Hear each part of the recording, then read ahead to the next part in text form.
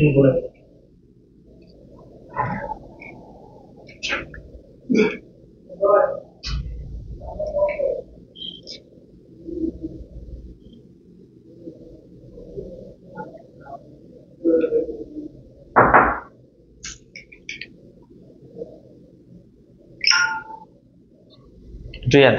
দাও গ্রুপে।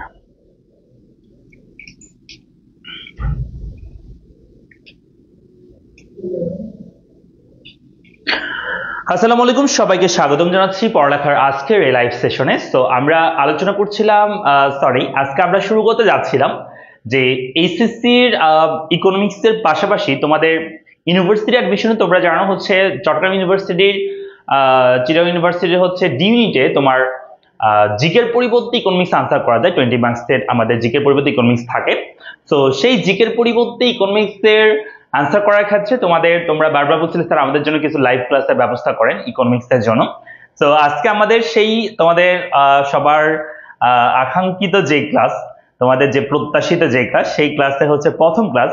আমরা আজকে আলোচনা করব হচ্ছে ইকোনমিক্সটার অ্যাডমিশন টেস্টের জন্য তোমরা মেইনলি আমি কয়েকটা চ্যাপ্টার আজকে তোমাদেরকে কভার করে দেওয়ার চেষ্টা করব।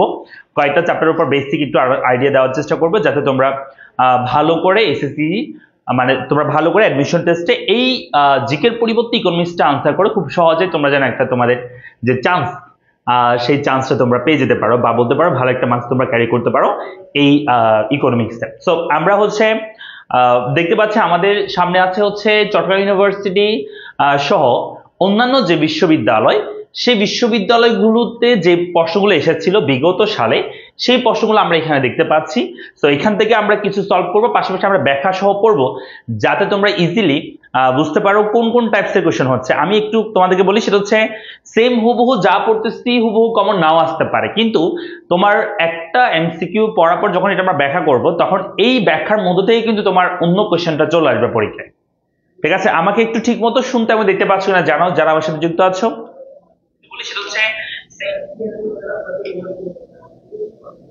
ওকে, আমাকে একটু তোমরা শুনতে পাচ্ছ না জানো একটু। আমাদের সাথে হৃদয় রয়েছে, সালাম দিয়েছে, ওয়ালাইকুম সালাম।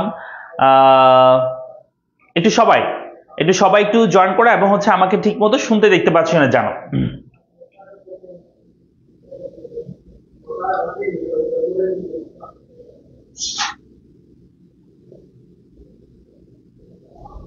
ওকে, আমাকে ঠিক মতো শুনতে পাচ্ছ, তোমরা দেখতে পাচ্ছ?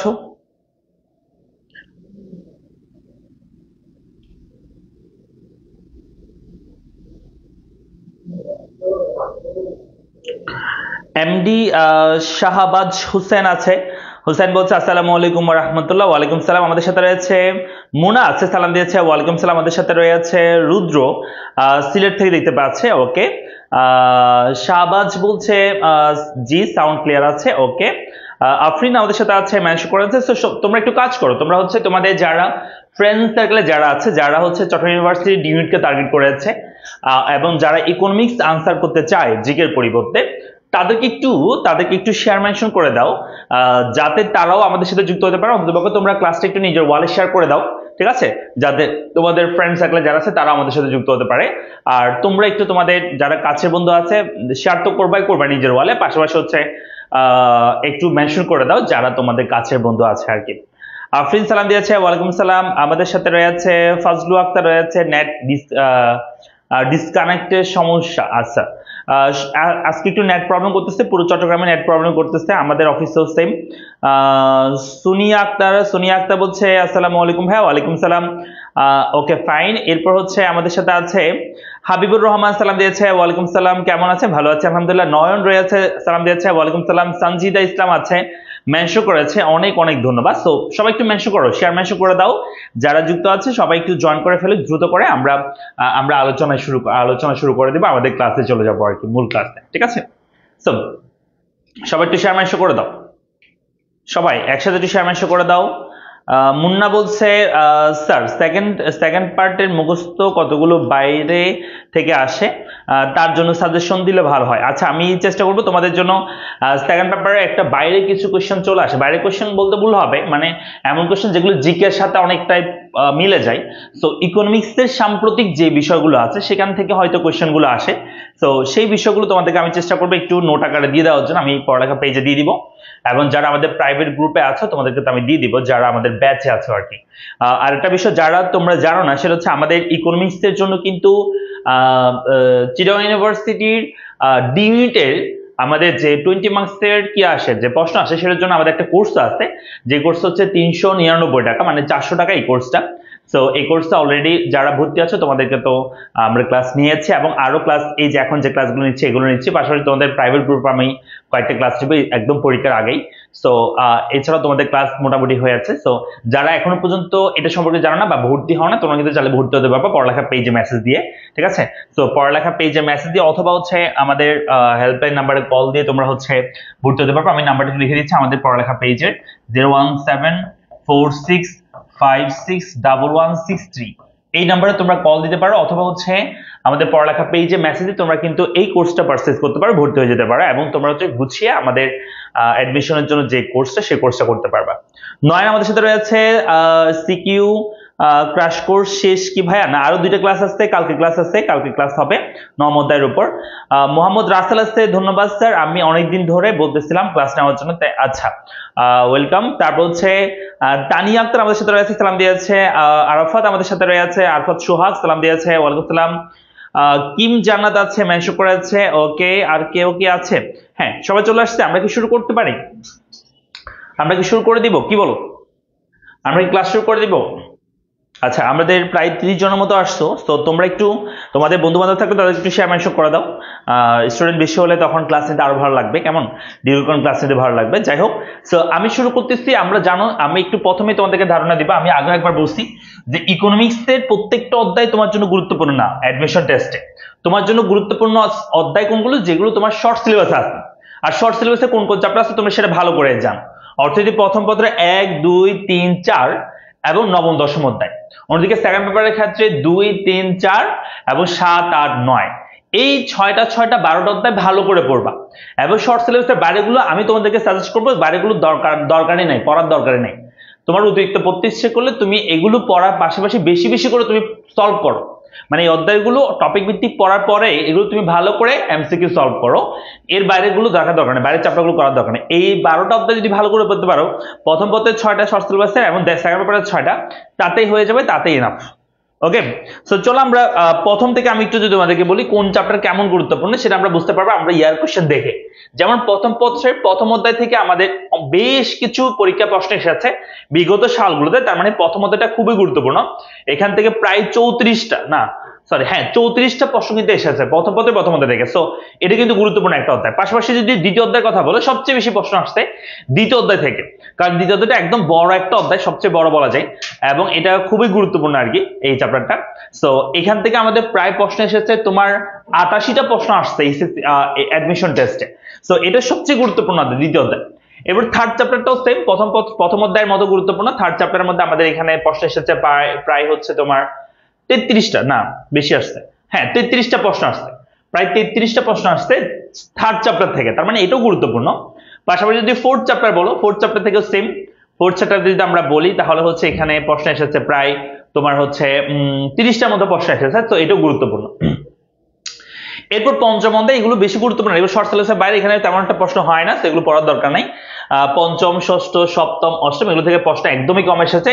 নবম অধ্যায় থেকে সবচেয়ে বেশি প্রশ্ন হয়েছে, নবম অধ্যায়টা গুরুত্বপূর্ণ।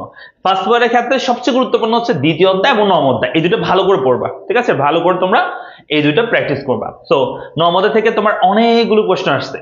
নবম অধ্যায় থেকে তোমার প্রশ্ন আসছে কয়টা? প্রায় হচ্ছে তোমার 51টা প্রশ্ন আসছে। দশম অধ্যায় সেম, দশম অধ্যায় প্রথম অধ্যায় তৃতীয় চতুর্থ অধ্যায়ের মধ্যে প্রথম অধ্যায় দশম অধ্যায় গুরুত্বপূর্ণ, যেখানে 28টা কোশ্চেন আসছে। আর সেকেন্ড পেপারের ক্ষেত্রে ওই যে দ্বিতীয় অধ্যায় থেকে কিছু প্রশ্ন আসছে।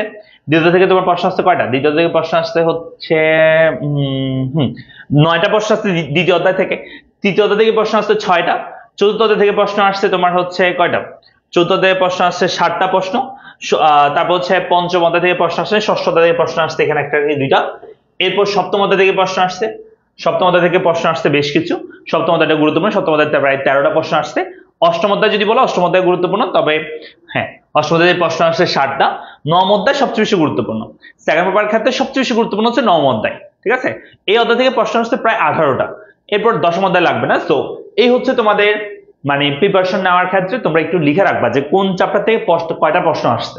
আমি সেটার জন্য তোমাদেরকে এটা দেখাইছি। তো তোমরা এই ক্লাসটা শেষ হয়ে যাওয়ার পরও তোমরা একটা কাজ করে তোমরা হচ্ছে একটু লিখে রাখিও ক্লাসটা একটু টেনে দেখে, মানে কোন অধ্যায় কয়টা এক্সামে প্রশ্ন আসছে, তাহলে তোমরা বুঝতে পারবে কোন অধ্যায় সবচেয়ে গুরুত্বপূর্ণ। যে অধ্যায়টা সবচেয়ে বেশি প্রশ্ন আসছে সে অধ্যায়টা আগে পড়বা, যে অধ্যায় তার চেয়ে কম আসছে সে অধ্যায় তারপরে পড়বা, কেমন? তাহলে তোমরা এটা একটু লিখে নিবা, একটু করে নিবা আর কি। হৃদয় বলছে কালকে ইকোনমিক্স এক্সাম আছে, তুমি কি এসএসসি নাকি অ্যাডমিশন টেস্ট? অ্যাডমিশন তো কালকে ইকোনমিক্স এক্সাম নাই। আচ্ছা,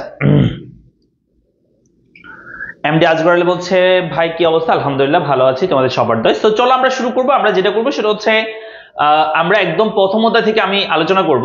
আমি তোমাদের বেশ কিছু লাইভ ক্লাস নিব, ফ্রি ক্লাস, তবে সেটা ডিপেন্ড করবে তোমাদের উপর। তোমাদের যদি উৎসাহ থাকে, আগ্রহ থাকে, তাহলে আমি ক্লাসগুলো নিব।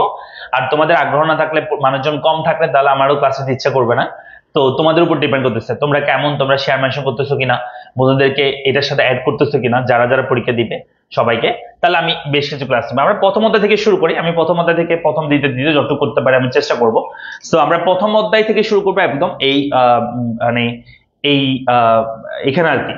ঠিক আছে? আমি বেশ কিছু প্রশ্ন এখানে তোমাদের যেটা প্রবলেম থাকবে সেটা সলভ করে দেবো। পাশাপাশি হচ্ছে আমি এই পিডিএফটা তোমাদের আমি ইয়াতে দিয়ে দিব, পড়ালেখা পেজে দিয়ে দিব। পেজে না, আমি একটা কাজ করবো, তোমাদের হোয়াটসঅ্যাপে দিয়ে দিব যারা আমাদের প্রাইভেট গ্রুপে আছো।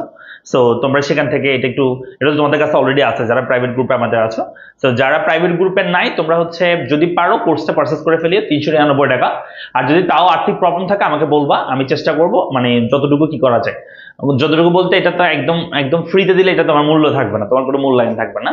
অবশ্যই এটা পেমেন্ট করতে হবে, বাট আমি একদম একদম সবচেয়ে কমে রাখবো। ঠিক আছে? সবচেয়ে কমায় মানে কি, একদম মানে এটা ফ্রি বলা যায় এরকম আর কি। সো যাদের প্রবলেম থাকবে তারা হচ্ছে বলবা, আমি চেষ্টা করবো সেটা ইয়া করে দেওয়ার জন্য। আর যাদের প্রবলেম নেই, তোমরা 400 টাকা দিয়ে ভর্তি হয়ে যেতে পারো কোর্সে, কেমন? তাহলে তোমরা ফাইলটা পেয়ে যাবে। সো আমরা প্রথম অধ্যায় দিয়ে শুরু করতেছি। সো এখানে লেখা আছে কোনটি বেস্টিক অর্থনীতির বিষয়বস্তু। কি বলছে? বেস্টিক অর্থনীতি। তোমাকে মাথায় রাখতে হবে বেস্টিক অর্থনীতি কি, সামষ্টিক অর্থনীতি কি। আমি শুধু ব্যাখ্যা যেগুলো করবো সেগুলো একটু ভালো করে মনে রাখবা, সেগুলো বেশি গুরুত্বপূর্ণ কোয়েশ্চেন হচ্ছে। কারণ ব্যাখ্যার মধ্যে কিন্তু সেকেন্ড যেটা তোমার এই বছর পরীক্ষা আসবে সেটা কিন্তু ব্যাখ্যার মধ্যেই থাকবে, আমার ব্যাখ্যার মধ্যেই থাকবে। কারণ যেটা চলে আসছে সেটা কিন্তু আসার সম্ভাবনা কম। যেমন এটা সিইউ ডি ইউনিটে আসছে এই প্রশ্নটা, বলছে বেস্টিক অর্থনীতি বিষয়বস্তু কোনটি। মাথায় রাখবা বেস্টিক অর্থনীতি মানে হচ্ছে যখন অর্থনীতির বিষয়গুলোকে ক্ষুদ্র ক্ষুদ্রভাবে আলোচনা করা হয়, সামগ্রিকভাবে আলোচনা না করে, তখন সেটাকে আমরা বলি বেস্টিক অর্থনীতি। আর সামষ্টিক অর্থনীতি মানে কি, যখন অর্থনীতি বিষয়গুলোকে যখন আমরা ক্ষুদ্র ক্ষুদ্রভাবে আলোচনা না করে সামগ্রিকভাবে আলোচনা করি, সেটা হচ্ছে সামষ্টিক অর্থনীতি। যেমন আমি যদি বলি কোন একটা নির্দিষ্ট দ্রব্যের দাম, একটা দ্রব্যের দাম আর কি, সেটা হবে বেস্টিক অর্থনীতি বিষয়। কিন্তু আমি যদি বলি দাম স্তর মানে হচ্ছে একটা দেশের সকল দ্রব্যের গড় দাম, সেটা হবে সামষ্টিক অর্থনীতি বিষয়। ক্লিয়ার? তাহলে এখানে এখানে কি বলছে একটা দেখা, একটা হচ্ছে নিয়োগগঞ্জ, এটা নিয়োগ গঞ্জর লিখছে, মানে নিয়োগ বোঝাচ্ছে আর কি, যাই হোক। এরপর হচ্ছে সরকারি ব্যয় বলছে, এরপর হচ্ছে নিট রপ্তানি, এরপর হচ্ছে বাজার কাঠামো। দেখো এই চারটার মধ্যে নিট রপ্তানি কিন্তু একটা দেশের টোটাল জিনিসকে নির্দেশ করে।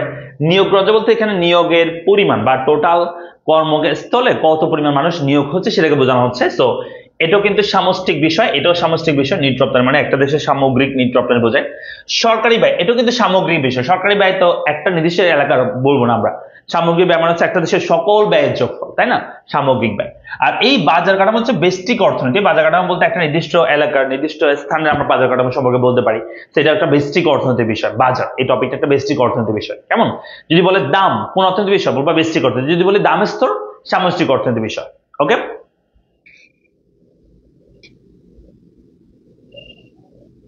তাবাসসুম বলতে আপনি থাকতে ইকোনমিক্সে কোনো সমস্যা নাই। আচ্ছা, লিমন বলছে স্যার আপনার সাজেশন থেকে পরীক্ষা অনেক প্রশ্ন কমন পড়ে, থ্যাংক ইউ লিমন। এরপর হচ্ছে আর কেউ,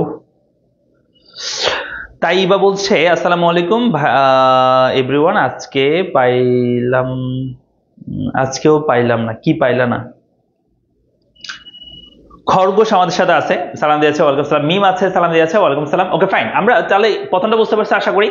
চলে আসি আমরা এরপর আমরা 2 নম্বর প্রশ্নটা একটু দেখি। 2 নম্বর প্রশ্ন বলছে উৎপাদন সীমানা রেখা মূল বিন্দুর দিকে অবতল হওয়ার কারণ কি।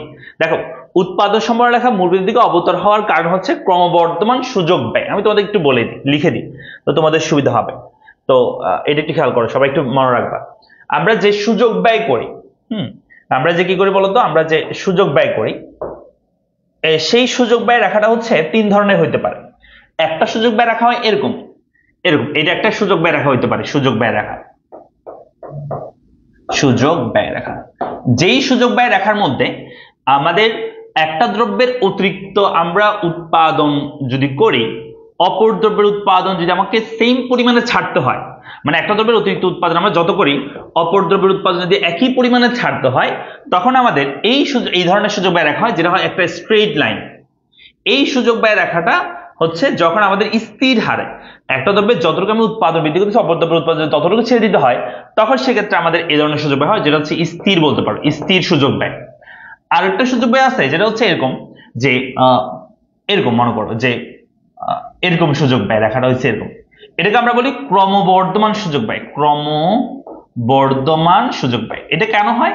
যখন একটা দ্রব্যের অতিরিক্ত উৎপাদনের জন্য, একটা দ্রব্যের অতিরিক্ত উৎপাদনের জন্য অপর দ্রব্যের উৎপাদন যদি তার চেয়ে একটু বেশি পরিমাণে ছাড়তে হয়, একটা দ্রব্যের অতিরিক্ত উৎপাদনের জন্য অপর দ্রব্যের উৎপাদন যদি তার চেয়ে একটু বেশি পরিমাণে ছাড়তে হয়, সেটাকে আমরা বলি ক্রমবর্ধমান সুযোগ ব্যয়। এই ধরনের একটা রেখা হয় তখন। আর একটা সুযোগ ব্যয় হয় এরকম, এটাও তো হয়েছে এরকম।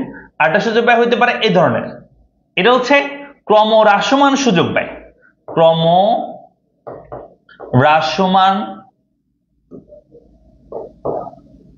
ক্রমহ্রাসমান সুযোগ ব্যয়।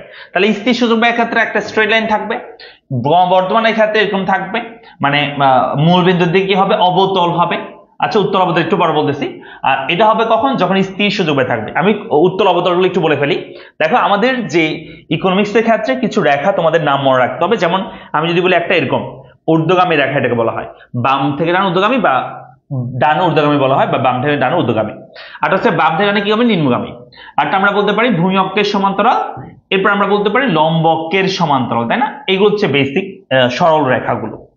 বক্ররেখার মধ্যে কিছু রেখা আমাদের মনে রাখতে হবে, যেমন ধরো এরকম একটা রেখা, এটা হচ্ছে সুযোগ ব্যয় রেখা, বা তুমি বলতে পারো পিপিসি কার্ভ বলতে পারো, প্রোডাকশন পসিবিলিটি কার্ভ বা সুযোগ ব্যয় রেখা। এই যে এই সুযোগ ব্যয় রেখাটা, সেটা হয়ে থাকে মূল বিন্দুর দিকে অবতল হয়ে থাকে। আচ্ছা, উত্তল অবতল একটু পরে বলতেছি।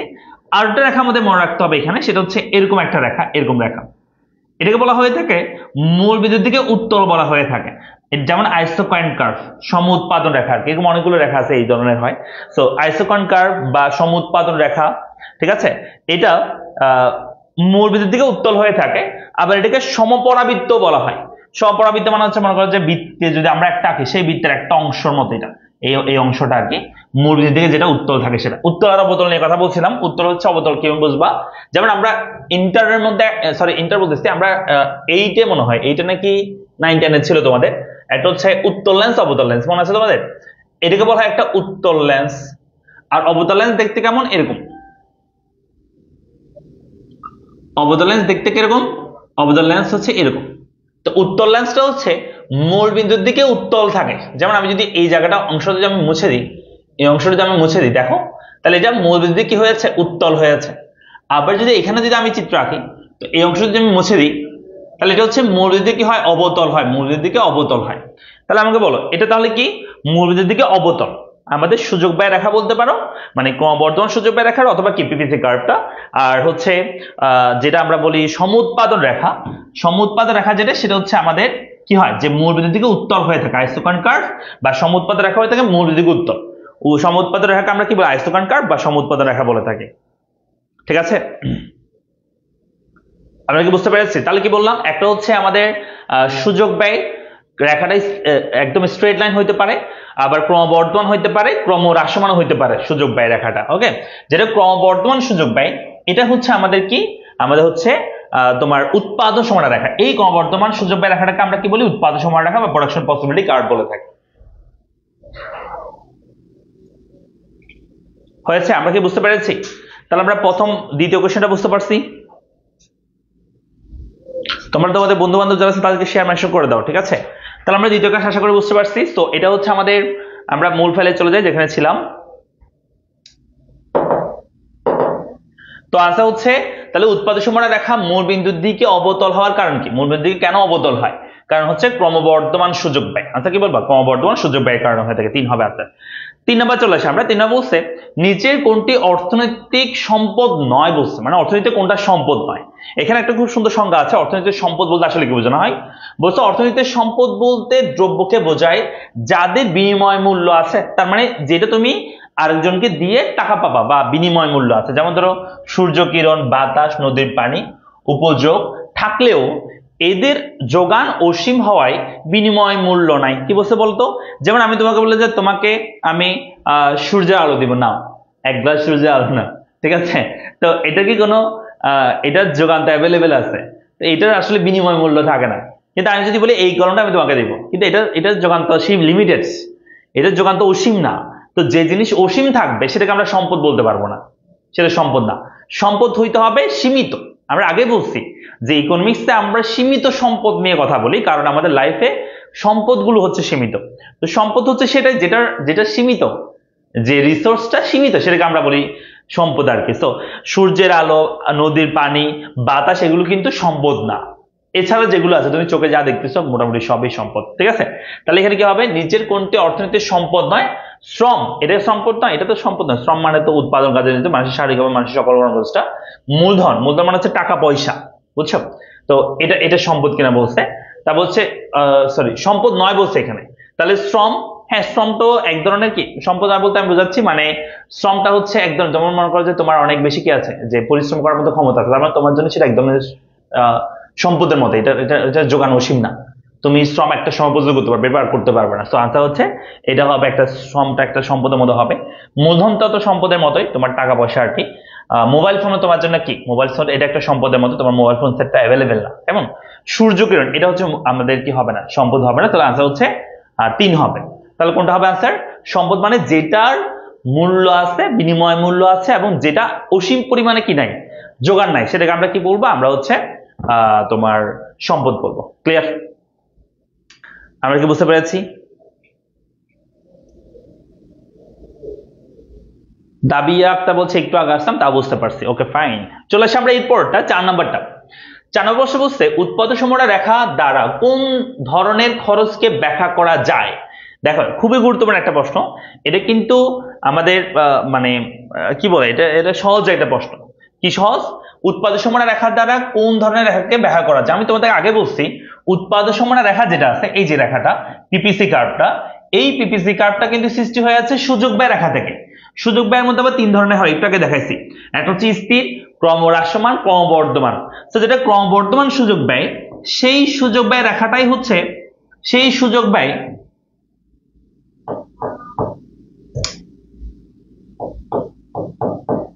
ক্রমবর্ধমান যেটা সুযোগ ব্যয়, সেই সুযোগ ব্যয় রেখাটাকে আসলে আমরা কি বলি, আমরা পিপিসি কার্ভ বলি, বা বলতে পারো পিপিসি কার্ভটা হচ্ছে ক্রমবর্ধমান যে সুযোগ ব্যয় সেটাকে তোমার রিপ্রেজেন্ট করে থাকে। তো আনসার হচ্ছে উৎপাদন সীমারেখা রেখা দ্বারা কোন ধরনের খরচকে ব্যাখ্যা করা হয়, আনসার হবে সুযোগ খরচ বা সুযোগ ব্যয় আর কি, ঠিক আছে।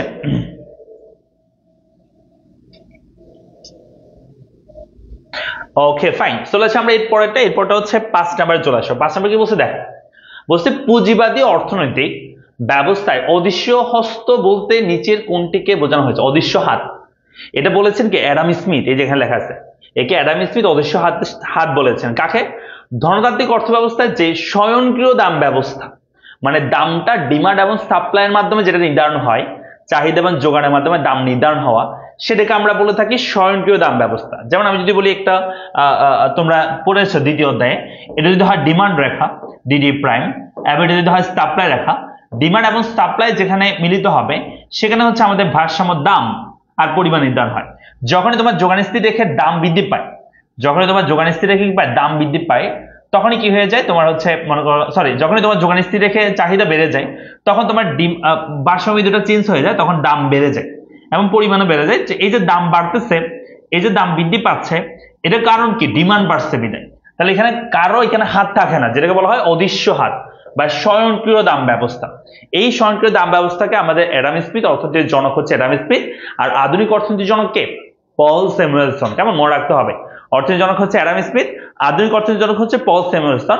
তারা এই স্বয়ংক্রিয় দাম ব্যবস্থা কি বলছে, অদৃশ্য হাতের সাথে কি করেছে, তুলনা করেছে আমাদের অর্থনীতির জনক অ্যাডাম স্মিথ। আর আধুনিক অর্থনীতির জনক হচ্ছে পল স্যামুয়েলস। তিনি বলেন নাই, পল স্যামুয়েলসন বলেন নাই, আধুনিক অর্থনীতির জনক বলেন নাই, বলছে কে? অর্থনীতির জনক অ্যাডাম স্মিথ বলেছে।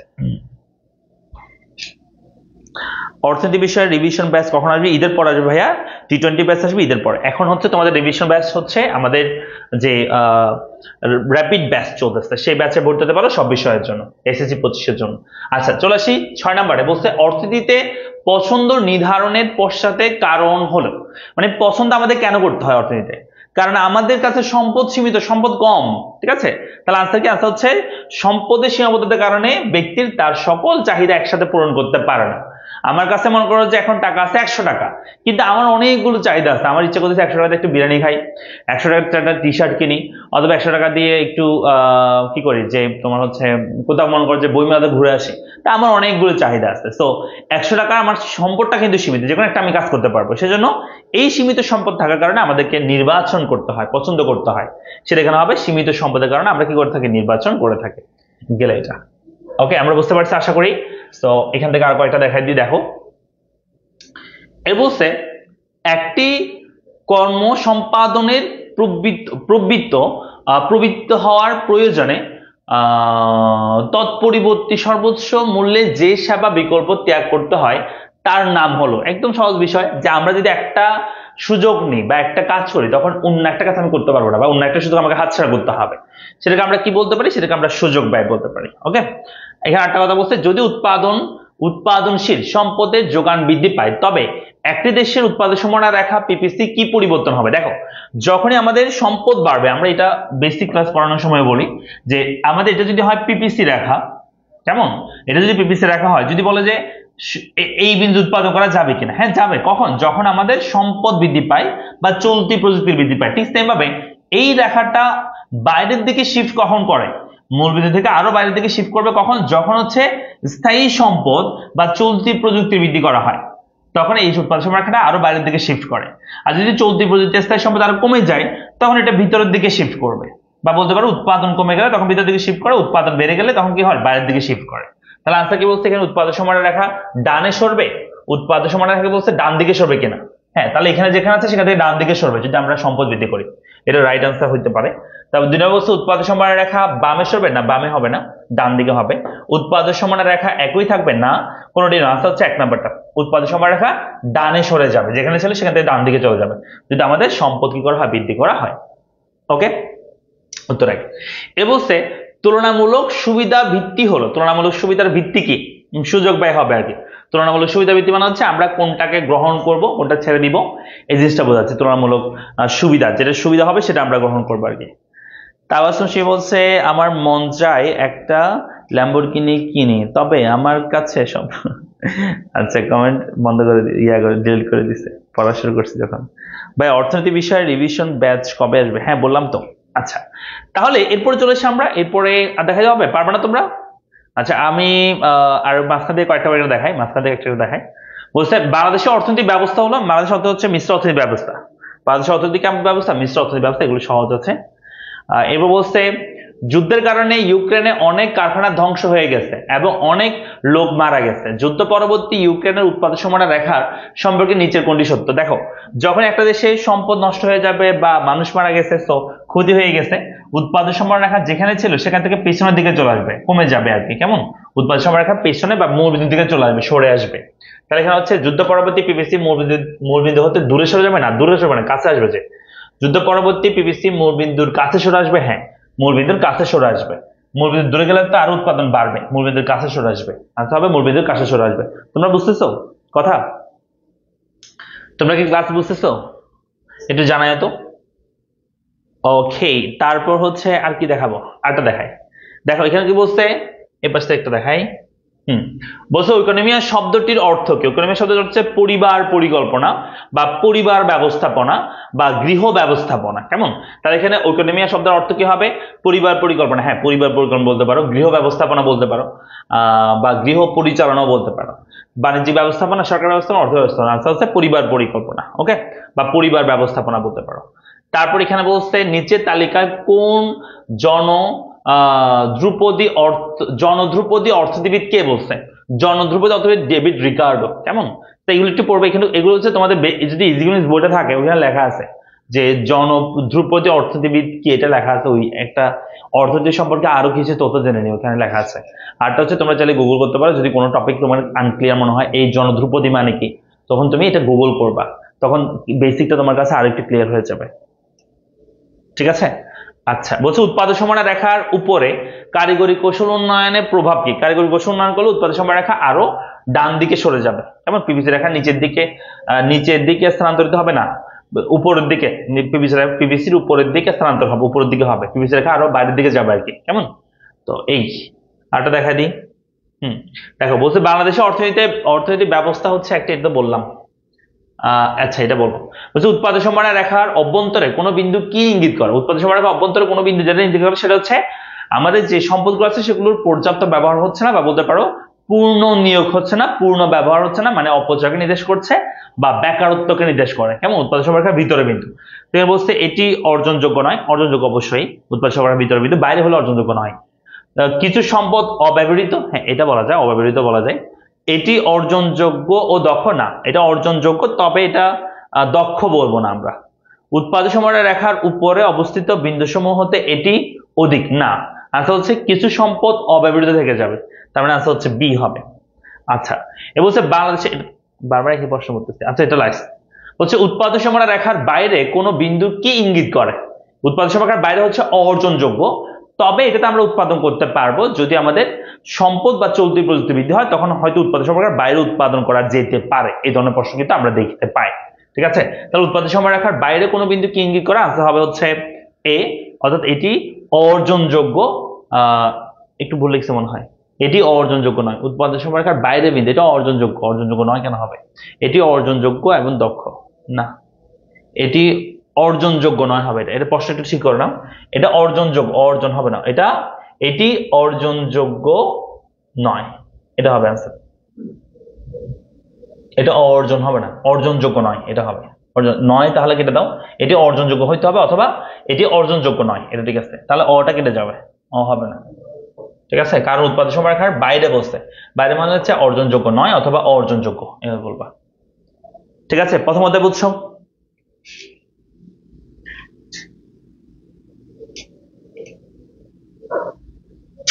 আমরা কি বুঝতেছি? আচ্ছা, মানুষজন আসো তোমরা।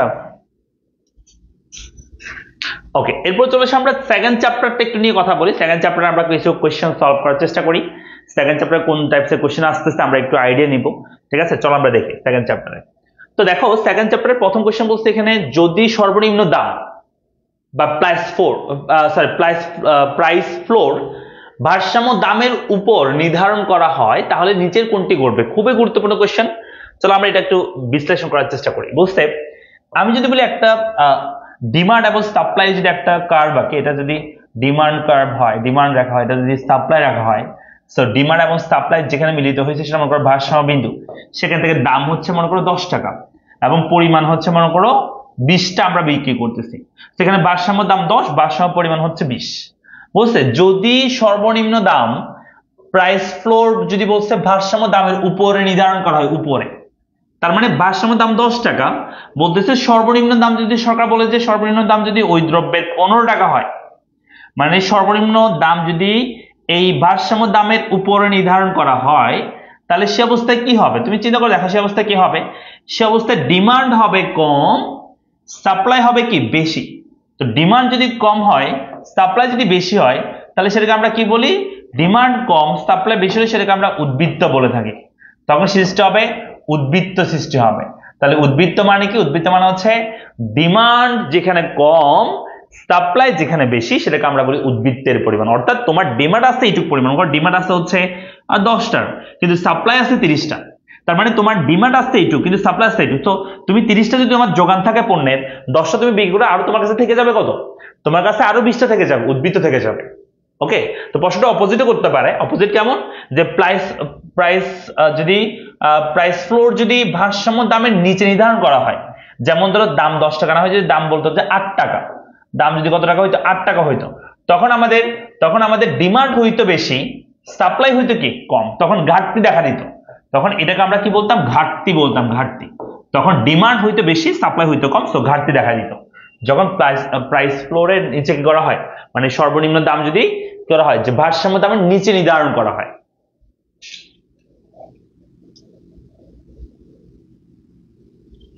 আমরা কি বুঝতে পেরেছি?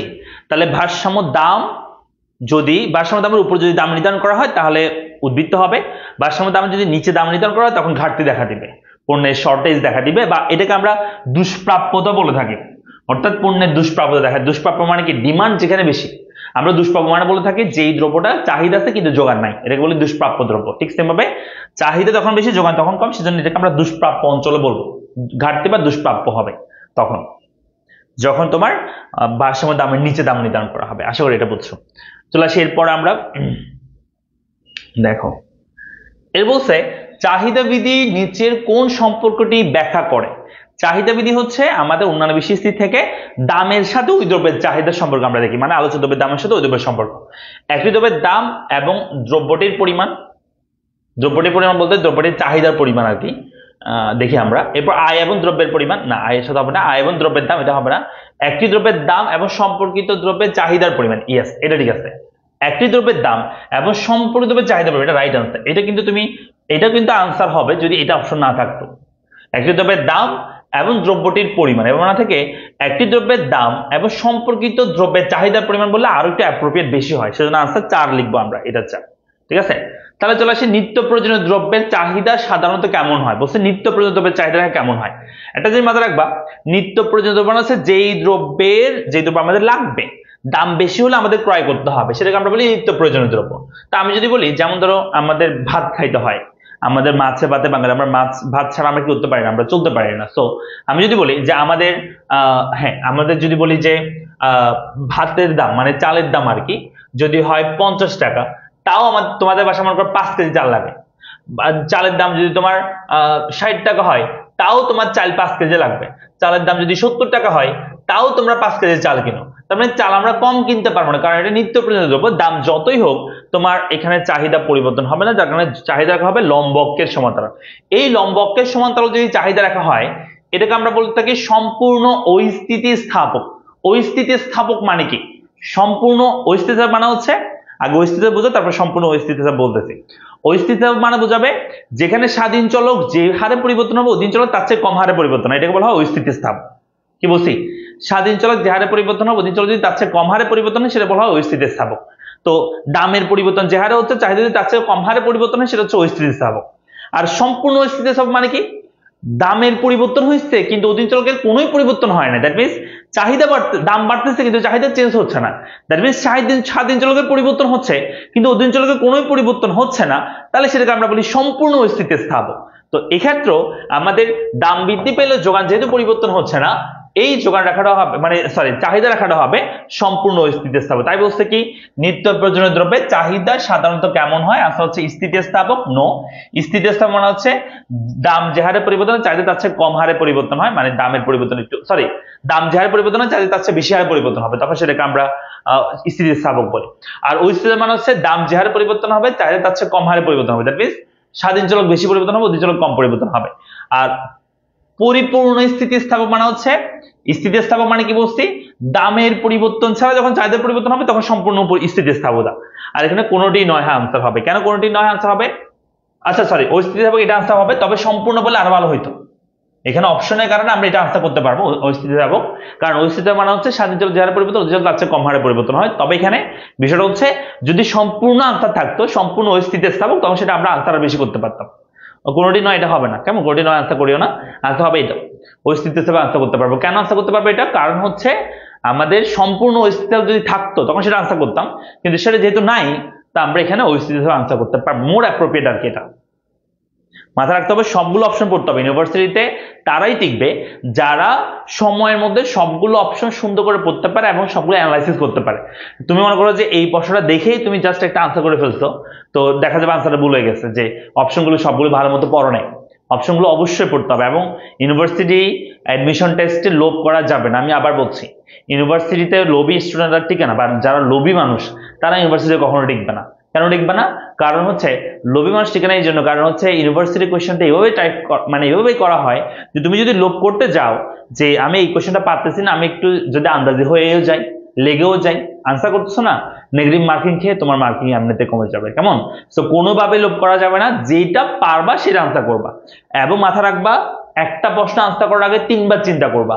যেমন মনে করো যে তুমি একের উত্তর আনসার করবে না, একের ক থাকে, খ থাকে, কেমন, গ থাকে এবং হচ্ছে ঘ থাকে।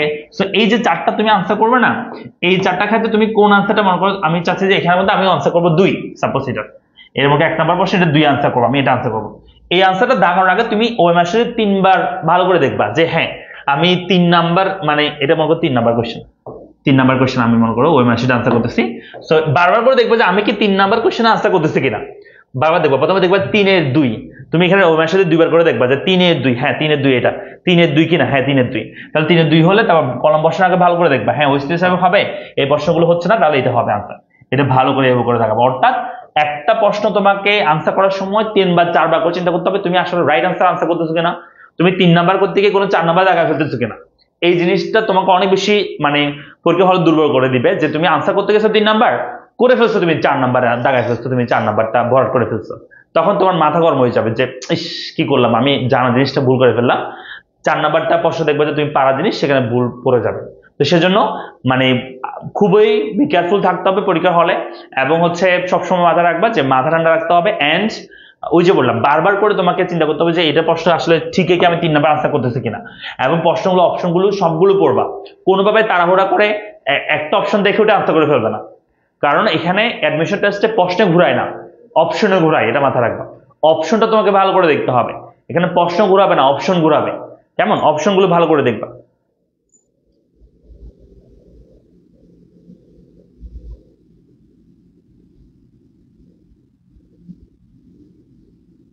আমরা কি বুঝতে পারছি?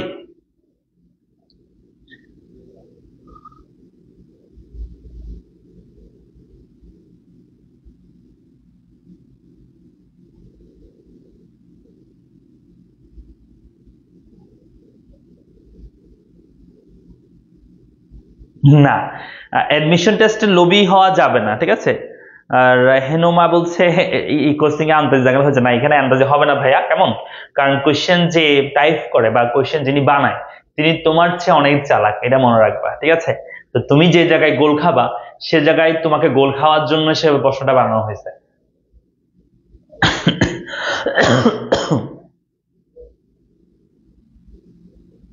কিভাবে শেষ করবো ইকোনমিক্স এতদিন পড়ি নাই। দেখো আমাদের বলছিলাম, আমি শুরুতে বলছি তোমাদের জন্য একটা কোর্স আছে আমাদের 399 টাকা, 399 টাকায় এই কোর্সে তোমরা ভর্তি যেতে পারো, এবং ক্লাসগুলো সুন্দর করে করলে আশা করি তোমাদের কাভারে চলে আসবে। তাও যদি কারো আর্থিক সমস্যা থাকে তারা অবশ্যই জানাবা, আমি চেষ্টা করবো সেখানে করে দেওয়ার জন্য। সো আমাদের পড়ালেখা পেজে মেসেজ দিয়ে তোমরা চাইলে এই কোর্সে ভর্তি যেতে পারো, ঠিক আছে? এই কোর্সে ভর্তি হয়ে ক্লাসগুলো করতে পারো। ওকে, সুন্দর করে ক্লাসগুলো সাজানো আছে, আমি ক্লাস নিয়েছি অলরেডি, আরো কিছু ক্লাস নিব, ঠিক আছে? সবগুলো পেয়ে যাবা। আচ্ছা, এরপর দেখো এরপর কি বলছে 4 নাম্বারটা, বলছে এইটা একটু খেয়াল করো সবাই। বলছে এক্স দ্রব্যের দাম কমলে যদি ওয়াই দ্রব্যের চাহিদা বাড়ে, তাহলে এক্স এবং ওয়াই দ্রব্য দুটি, এক্স এবং ওয়াই দ্রব্যের সাপেক্ষে ওয়াই দ্রব্যটি একটি, মানে এক্স দ্রব্যের সাপেক্ষে ওয়াই দ্রব্যটি কি দ্রব্য বলছে। তো এটা তোমাকে মনে রাখতে হলে তোমাকে মনে রাখতে হবে পরিপূরক দ্রব্য আর পরিবর্তক দ্রব্য, এই দুটো তোমাদের মনে রাখতে হবে। কেমন? এই দুটো জিনিস একটু ভালো করে মনে রাখবা। তোমাদের একটা নোট লিখে দিই, নোটটা একটু ভালো করে লিখে নাও সবাই, এটা লিখে শেষ করে দেবো ক্লাস, ঠিক আছে? আমার একটা ক্লাস আছে 8টা থেকে। আবার দেখো আমরা একটা বিষয় তোমাদেরকে লিখে দিই, পরিপূরক দ্রব্য পরিবর্তক দ্রব্যের একটা কনফিউশন তোমাদের দূর করে দিই আমি। কেমন? সেই প্রশ্নটা হচ্ছে এরকম, দেখো আমরা দেখবো প্রথম হচ্ছে পরিপূরক,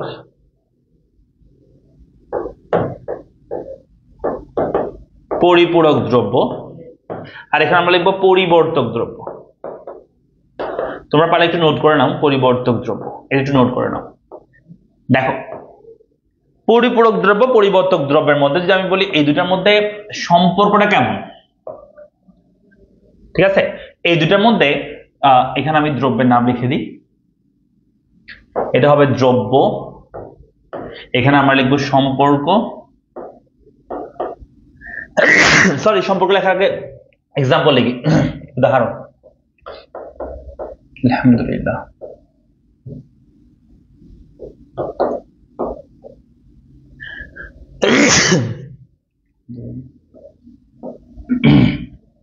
এখানে আমরা লিখবো সম্পর্ক, চিত্র এখানে, তারপর হচ্ছে স্থিতিস্থাপকতা ঢাল।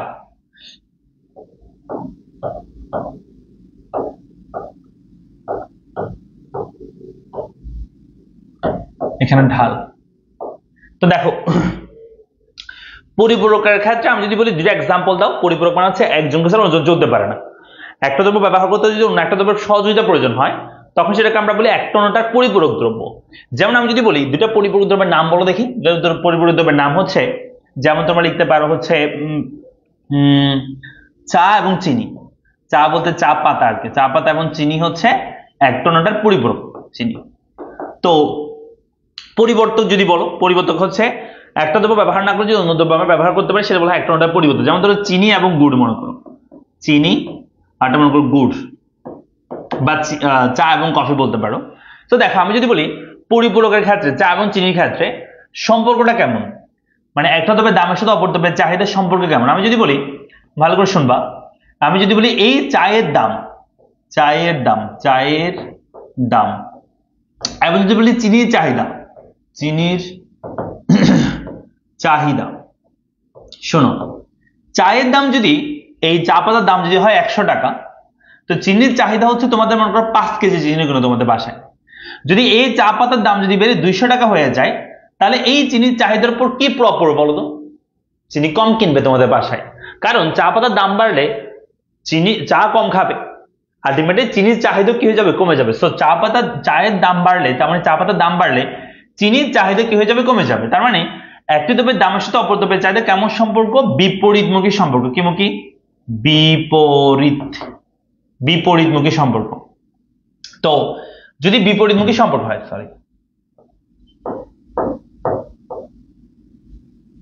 যদি বিপরীতমুখী সম্পর্ক হয়, মাথা রাখবা ইকোনমিক্সে বিপরীতমুখী সম্পর্ক হওয়া মানে হচ্ছে সেই চিত্রটা হবে বাম থেকে ডানের মুখাপি। কারণ দাম বেশি তো চাহিদা কম, দাম কমলে চাহিদা বাড়বে, অথবা দাম কম চাহিদা বেশি, দাম যখনই বাড়বে চাহিদা কমে যাবে। এই যে দাম বাড়তেছে চাহিদা কমে যাচ্ছে, সো দাম এই যে বাড়তেছে চাহিদা কি হয়ে গেছে?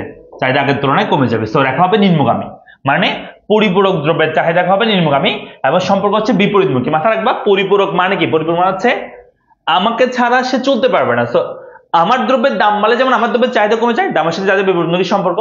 যেই দ্রব্যের দাম সেই দ্রব্যের দামের সাথে সেই দ্রব্যের চাহিদা বিপরীতমুখী সম্পর্ক, দাম বাড়লে চাহিদা কমে যায় কোন দ্রব্যের। ঠিক সেম ভাবে আমার পরিপূরক যে দ্রব্য, সে আর আমি ভাই ভাই, তাই না? তাকে ছাড়া আমি চলতে পারবো না, সে আমাকে ছাড়া চলতে পারবো না। তো আমার দ্রব্যের দাম বাড়লে যেমন আমার দ্রব্যের চাহিদা কমে যায়, আমার পরিপূরক দ্রব্যের দাম বাড়লে আমার দ্রব্যের চাহিদা কমে যাবে। তার ক্ষতি হওয়া মানে আমারও ক্ষতি হওয়া, এরকম, যেহেতু পরিপূরক দ্রব্য। ক্লিয়ার? আবার যদি আমরা বলি পরিবর্তক দ্রব্যের ক্ষেত্রে দুইটা এক্সাম্পল লিখতে পারি আমরা পরিবর্তক দ্রব্যের।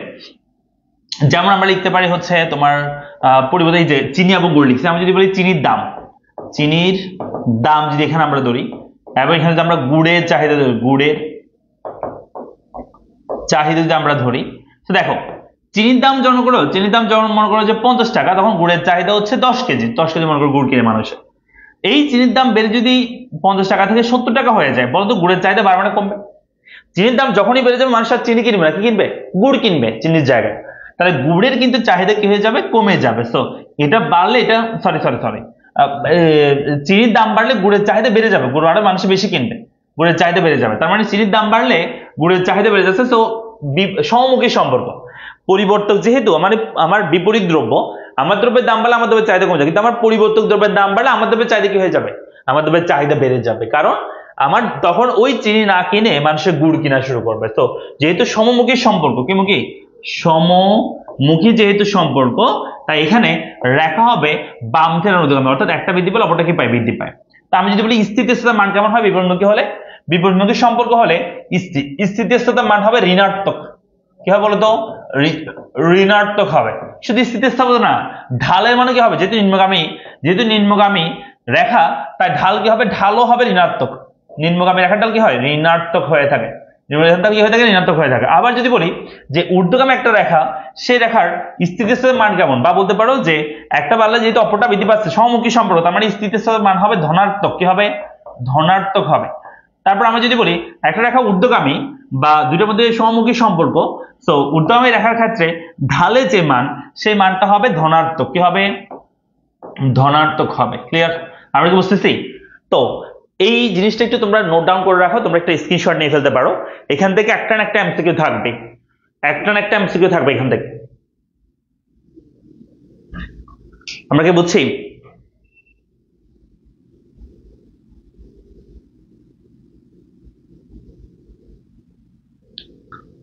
সবাই নিয়েছো, স্ক্রিনশট নিয়েছো সবাই? ওকে, আরেকটা জিনিস একটু দেখাই দিই, চলো আরেকটা জিনিস একটু দেখাই দিই, সেটা হচ্ছে আমাদের এখানে, হ্যাঁ আমাদের এখানে যেটা সেটা হচ্ছে আমরা যদি বলি যে তোমার হচ্ছে আহ, আহ, 4 ধরনের রেখার ঢাল থেকে পরীক্ষা বেশি প্রশ্ন আসে, যেমন বাম থেকে উর্ধ্বগামী রেখার ঢাল, নিম্নগামী রেখার ঢাল, একটু আগে তোমাদেরকে লেখা দিয়েছি দুইটাই, আর ভূমি অক্ষের সমান্তরাল সরলরেখার ঢাল, লম্ব অক্ষের সমান্তরাল সরলরেখার ঢাল। একটু শর্টকাটে মনে রাখার ওয়ে বলি। পাহাড়ে যখন উঠবা তখন বলবা যে এটা পজিটিভ ঢাল, পাহাড়ে একটা পাহাড় উঠতেছো তুমি, তার মানে পজিটিভ ঢাল, বাম থেকে উর্ধ্বগামী রেখার ঢাল হয় পজিটিভ, একটু আগে দেখাইছি। আর নিম্নগামী হলে সে রেখার ঢাল কি হবে? নেগেটিভ হবে। পাহাড়ে উঠতেছো উল্টা নেগেটিভ, নিচের দিকে পাহাড়, তার মানে নেগেটিভ ঢাল হবে, ঢাল হবে কি নেগেটিভ, তো নেগেটিভ ঢাল হবে। আর একটা পাহাড় একদম সমান, আসলে পাহাড় না একদম সমান জায়গা, তার মানে কোনো ঢালু থাকবে? ঢাল নাই, তো ঢালু নাই, তার মানে ঢাল হবে শূন্য। আর একটা পাহাড় একদম এরকম কি লম্বকের সমান্তরাল একদম খারাপ, যে এত বেশি খারাপ তুমি মানে কাউন্ট করতে পারতেছ না, তার মানে কি হবে? অসীম ঢাল হবে। মনে থাকবে? তাহলে কি বলছি, একটা রেখা যদি বাম থেকে উর্ধ্বগামী হয় তাহলে পজিটিভ ঢাল, নিম্নগামী হলে নেগেটিভ ঢাল, ভূমিঅক্ষের সমান্তরাল হলে শূন্য ঢাল, লম্বকের সমান্তরাল হলে অসীম ঢাল হবে। এই দুটো একটু কনফিউশন লেগেছে, এটা ঢাল লিখলাম, কি দিলাম আমরা? ঢাল, এটা আমরা লিখলাম। এখানে একটু লিখে ফেলি স্থিতিস্থাপকতা যদি বলি, স্থিতিস্থাপকতার ক্ষেত্রে ঊর্ধ্বগামী হলে স্থিতিস্থাপ মান হবে ধনাত্মক, এটা মান কি হবে? এটা মান হবে ধনাত্মক, এটা নিচে আমরা ধনাত্মক লিখে দিই, ধনাত্মক, যেহেতু ঊর্ধ্বগামী সেজন্য।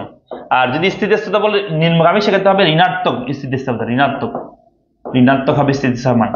আবার যদি হয় ভূমি অক্ষের সমান্তরাল, তাহলে সেই ভূমি অক্ষের সমান্তরাল যদি একটা রেখা হয়, সেই রেখা তুমি যদি কি বের করো, তুমি যদি হচ্ছে কি বলবো যে স্থিতিস্থাপকতা বের করো, সেই স্থিতিস্থাপকতার মান বের হবে, স্থিতির মান বের হবে অসীম স্থিতিস্থাপকতা।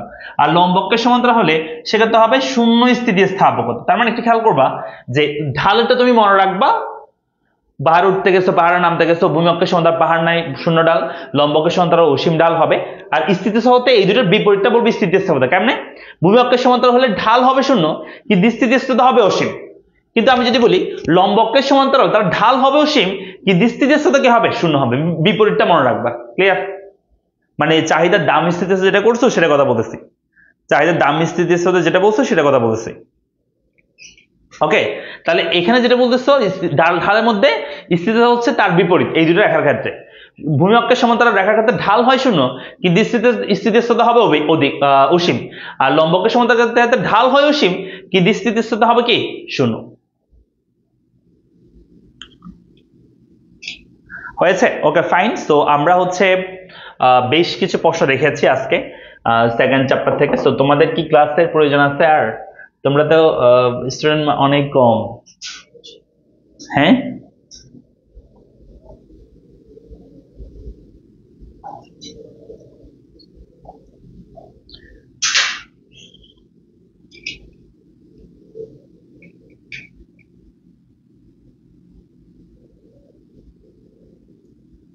এত কম মানুষের ক্লাস করলে কি ক্লাস করতে ইচ্ছে করে? কি করব?